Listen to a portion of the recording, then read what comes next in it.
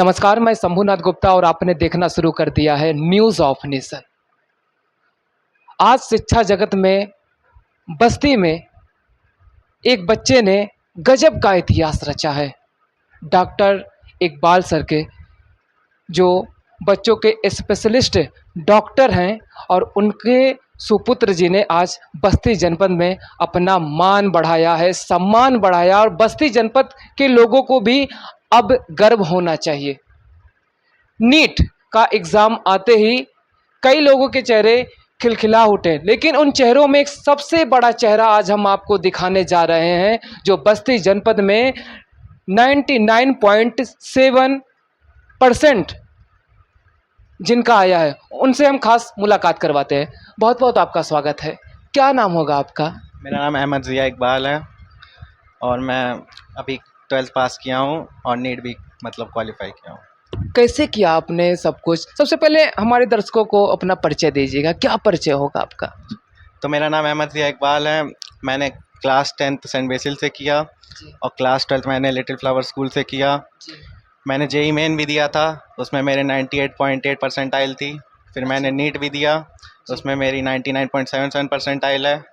मैंने इस नीट की तैयारी एलन कोटा से करी है 11th और 12th की, और एग्ज़ाम मेरा बस्ती में ही हुआ है। जब ये रिज़ल्ट आया नीट का, तो पूरे बस्ती जनपद में एक खुशनुमा माहौल बन गया, और बस्ती जनपद के लोग काफ़ी गर्व कर रहे हैं कि बस्ती एक छोटा सा सिटी है और यहाँ के लोग अब आसमान को छू रहे हैं, शिखर को छू रहे हैं। तैयारी आपने ये सब कुछ कैसे किया, मैं जानना चाहूँगा। कैसे आया इतना हाईएस्ट नंबर आपका? देखिए, सिलेबस तो इसका 11th और 12th का ही रहता है नीट का, तो मतलब कंसिस्टेंसी इसमें बहुत ज़रूरी है जी जी। क्योंकि बहुत ज़्यादा चैप्टर्स होते हैं। ऑलमोस्ट 90 चैप्टर्स होते हैं, 4 सब्जेक्ट आते हैं, तो इसके लिए मतलब आपको रोज़ पढ़ना पड़ेगा। अगर आप कंसिस्टेंट नहीं रहेंगे तो आपको लगेगा कि ये बहुत टफ़ है, जो कि टफ़ नहीं है, ये काफ़ी इजी है। क्योंकि एमबीबीएस जो है वो काफ़ी टफ़ कोर्स है, आपको ये सब करना ही पड़ेगा ताकि आप उसमें पहुंच पाएँ। आपने कहा टफ नहीं है, लेकिन अब जब आपने क्लियर कर लिया तो अब लग रहा है टफ नहीं है। जो तैयारी बेस्ड था आपको, क्या आपने सोचा था कि मैं इतना अचीव कर पाऊँगा?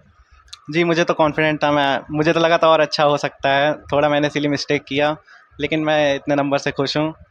मैं तो मतलब बहुत मेहनत किया था, मुझे फर्स्ट अटेम्प्ट में ही निकालना था, तो मैंने निकाल लिया। मुझे तो बहुत खुशी है। पढ़ाई का क्या शेड्यूल था आपका? कैसे पढ़ते थे? क्या कुछ करते थे आप? क्या दिन भर आप पढ़ते ही थे, या फिर उसके पढ़ाई के अलावा भी कुछ और आप करते थे? देखिए, शुरू में तो क्लासेस थी मेरी, 2 से 8 क्लासेस होती थी, जी। तब मैं 5 से 6 घंटा रेगुलरली पढ़ता था। जी, जी। फिर जब एग्ज़ाम नियर आया तो आखिरी के महीनों में 10-12 घंटा तो पढ़ना ही पड़ेगा। फिर मतलब हर टाइम तो नहीं, मतलब कभी मैच देख लिया, गाने सुन लिए, कभी इधर चाय वाय पीने चले गए बाहर। अच्छा। मतलब हर टाइम आप पढ़ोगे तो आप एग्जॉस्ट हो जाओगे, आपका मन नहीं लगेगा। तो थोड़ा आपको मतलब फ्रेश होने के लिए भी इधर उधर कुछ तो करना चाहिए। मतलब ईज़ी, आपको कंसिस्टेंट रहना पड़ेगा, मैं तो यही कहूँगा। अच्छा। आप निकाल सकते हो। अच्छा, आपके अंदर ये रुचि कहाँ से आई कि हमें डॉक्टर के क्षेत्र में जाना चाहिए, उसमें एक पहचान बनाना चाहिए, और अब पहचान धीरे-धीरे आपकी दिख भी रही है? तो मेरे पापा भी डॉक्टर ही हैं, तो मैं तो बचपन से उनको काफ़ी क्लोज़ली देख ही रहा जी, हूँ। जी।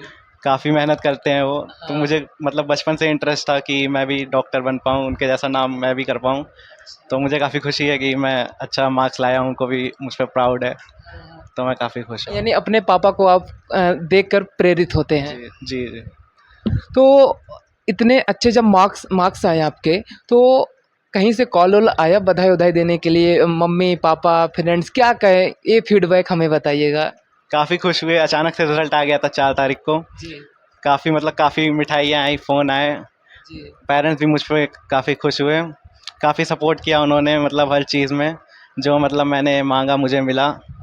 तो मैं उनका थैंक यू कहूँगा। अपने टीचर्स का भी शुक्रिया कहूँगा। काफ़ी अच्छे टीचर्स मुझे मिले जो कि मुझे सही बात पे भेज सकें। तो मतलब सबका योगदान है इसमें, अकेला मेरा नहीं है, सबने मेहनत किया है। 2 साल पढ़ा है तो आया है इतना नंबर। जी। अच्छा, इसके आगे की क्या तैयारी रहेगी आपकी अब? अब तो देखिए काउंसलिंग होगी, तो मुझे बढ़िया कॉलेज मिल जाए, मैं लखनऊ का ट्राई करूँगा, केजीएमसी का। फिर मैं उसमें एमबीबीएस कोर्स में लूँगा। फिर उसके आगे एमबीबीएस के बाद 5 साल का कोर्स होता है, फिर उसके आगे एमडी और उसके आगे का डॉक्टर ही बनना है जी। अच्छा, एक सवाल और हमारे मन में आ रहा है। इस पृथ्वी पर भगवान के बाद डॉक्टर को ही दर्जा दिया गया है कि उसके बाद डॉक्टर ही भगवान है।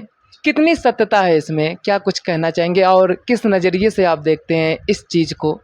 जी, पेशेंट तो होते हैं और डॉक्टर को मतलब भगवान की तरह देखते हैं, क्योंकि डॉक्टर ही उनकी लाइफ वगैरह बचाता है। तो डॉक्टर का समाज में बहुत ज़रूरी योगदान तो है ही है। जी। कोरोना में भी हम लोग ने देखा था कि डॉक्टर्स ने अपनी लाइफ की परवाह किए बिना काफ़ी मतलब अपनी जानों पे खेल के लोगों की जान बचाई है। तो डॉक्टर्स का मतलब योगदान तो बहुत ज़्यादा है, तो मैं भी उसी में अपना योगदान देना चाहूँगा। जी। रैंक कितना आया है आपका? रैंक मेरा 5125 आया है, ऑल इंडिया रैंक। जी। और यूपी का रैंक तो अभी आया नहीं है, तो मैं ऑल इंडिया ही बता रहा अच्छा, इसका आप इंतज़ार कर रहे हैं। बस्ती में कौन से स्थान पर हैं आप? हूँ। बस्ती में तो मैं शायद पहले पे ही हूँ, मुझे तो और कहीं देखा नहीं। जी। तो मैं काफ़ी खुश हूँ कि इतना अच्छा अच्छा। ला पाया। और अच्छा कर सकता था, लेकिन मैं खुश हूँ इतने में। अच्छा, मम्मी-पापा को और टीचर्स को जाने से पहले क्या कहना चाहेंगे? मतलब उनकी वजह से ये पॉसिबल हो पाया है, मेरी अकेले की मेहनत तो है ही है, बाकी उन लोग ने भी काफ़ी योगदान दिया है, त्याग किया है। 2 साल मैं बाहर रहा, तो मुझे कोई दिक्कत तो हुई नहीं, काफ़ी अच्छा सपोर्ट था, मुझ पे कोई प्रेशर भी नहीं था कि मतलब लाना ही है। और जगह प्रेशर भी होता है कि कंपैरिज़न होता है, लेकिन मुझे तो कोई दिक्कत हुई नहीं ऐसी, मैं आराम से फ्रीली ले आया। अच्छा, कुछ बच्चे ऐसे भी होते हैं जो नहीं क्वालीफाई कर पाते हैं और 10-10, 15-15 अटेम्प्ट में भी वो फेल हो जाते हैं। तो ऐसे लोगों को आप क्या सुझाव देना चाहेंगे कि वो आपके तरह ही निखर पाएँ? देखिए, नीट का हवा तो बहुत बना लेते हैं कि काफ़ी टफ एग्ज़ाम है ये, लेकिन टफ तो मैं उतना नहीं मानता हूँ। आपको कंसिस्टेंट रहना पड़ेगा। मैं बच्चों को देखता हूँ कंसिस्टेंट नहीं रहते हैं, थोड़ा पढ़ते हैं फिर हार मान लेते हैं, तो जी। बैकलॉग इकट्ठा होता रहता है। अगर आप कंसिस्टेंटली पढ़ोगे तो आपका आराम से गवर्नमेंट कॉलेज में आ सकता है एमबीबीएस में। तो मैंने भी यही किया। जी, जी, शुक्रिया। शिक्षा ज्ञान की वह चाबी है जिसे किसी भी ताले को खोला जा सकता है। आज बस्ती जनपद में एक इतिहास और भी रचा गया है। इतिहास के सुनहरे पन्नों पर जरूर लिखा जाएगा बस्ती के बारे में भी। आज हमारे साथ child specialist doctor Iqbal sir मौजूद हैं। इनके सुपुत्र ने आज बस्ती जनपद का नाम रोशन किया है और आज के बस्ती वालों को भी ये सीख लेनी चाहिए। जब रिपोर्ट कार्ड में इतने इतने अच्छे अंक जब प्राप्त होते हैं तो एक पिता को कैसा लगता है, आज हम सर से मुलाकात करेंगे और एक पिता की भावनाओं को हम जानने का प्रयास करेंगे। कैसा लगता है सर? आपका बहुत बहुत स्वागत है हमारे न्यूज़ ऑफ नेशन में एक बार पुनः। सर, आज आपका बेटा नीट में एक इतिहास रच दिया है। बस्ती जनपद में शायद ये सपना था और एक छोटा सा ये कस्बा है सर, और इतनी बड़ी उड़ान। ऐसा तो नहीं है कहीं आपने अपना सॉफ्टवेयर उस बच्चे में डाल दिया हो? अब कुछ तो बातें जेनेटिक होती हैं नेचुरली, जी। मगर असली काम तो पढ़ने वाले के ऊपर है, लड़के के ऊपर है। और मेहनत सबसे बड़ी चीज़ है और वो पूरी क्रेडिट उसी को जाती है। हम लोगों ने खाली फैसिलिटी दिया है, जो एक माँ बाप की जिम्मेदारी है, वो फैसिलिटी दिया गया है उसको, उसको एनकरेज किया गया है, वो भी एक माँ बाप की जिम्मेदारी है। और पढ़ने का काम तो लड़के का है, और मेहनत जो भी करेगा वो आगे जाएगा। तो उसने मेहनत किया, अच्छी बात है, मेहनत किया, गॉड ब्लेस हिम। और भी लड़के जो मेहनत किए हैं, जो आ गए हैं, तो वेलकम है उनका भी। और जो कुछ नंबरों से रह गए हैं इस शहर में, बहुत सारे लड़के हैं जो नहीं आ पाए हैं, तो उनको अब से लग जाना चाहिए। और ऊपर वाले ने चाहा तो वो हिस्सा लाएंगे, कोई ऐसी बड़ी बात नहीं है। मेहनत करें, आएँ। और एजुकेशन बहुत ज़रूरी है, शिक्षा बहुत ज़रूरी है। ख़ास तौर से माइनॉरिटीज़ को पढ़ना लिखना चाहिए ज़्यादा, इसलिए वो बहुत पीछे हैं एजुकेशन में। डॉक्टर इकबाल सर, जब ये बधाई का डंका बजा तो क्या कॉल फोन भी आने शुरू हो गए थे आपके पास? हाँ, तमाम दोस्तों का फ़ोन आने लगा जी। और अच्छा लगा, अच्छा लगा। क्या सच में बस्ती जनपद में पहले स्थान पर है आपका सुपुत्र? हाँ, इस साल तो सबसे ज़्यादा नंबर उसी का है। जी। सर, क्या आपको उम्मीद थी कि हमारा बच्चा इतिहास के पन्नों में नया इतिहास रचेगा? हाँ, उम्मीद थी, और इससे ज़्यादा की उम्मीद थी, जी। थोड़ा कम मिला है उसको नंबर। अच्छा, कम मिला है। हाँ, उसके हिसाब से कम मिला है। अच्छा। हम लोगों के लिए तो ठीक है, इट्स ऑल राइट। जी। तो इसके आगे की क्या प्लान रहेगी सर? अब काउंसलिंग होगी, फिर कॉलेज मिलेगा कोई, 5 साल पढ़ें लिखें, उसके बाद से पोस्ट ग्रेजुएशन वगैरह अपनी मर्ज़ी से करें, जो इनको अच्छा लगेगा वो करेंगे, कोई प्रेशर हमारी तरफ से नहीं है।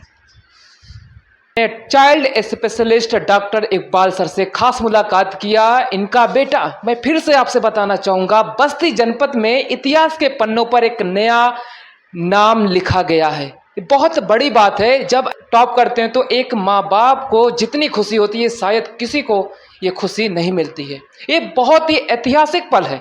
हर खबर का अंत ही नए खबर का प्रारंभ है। मैं शंभुनाथ गुप्ता विदा ले रहा हूँ। हमारी मुलाकात ठीक ऐसी दिलचस्प खबरों के साथ होगी। तब तक के लिए नमस्कार। जय हिंद, जय भारत।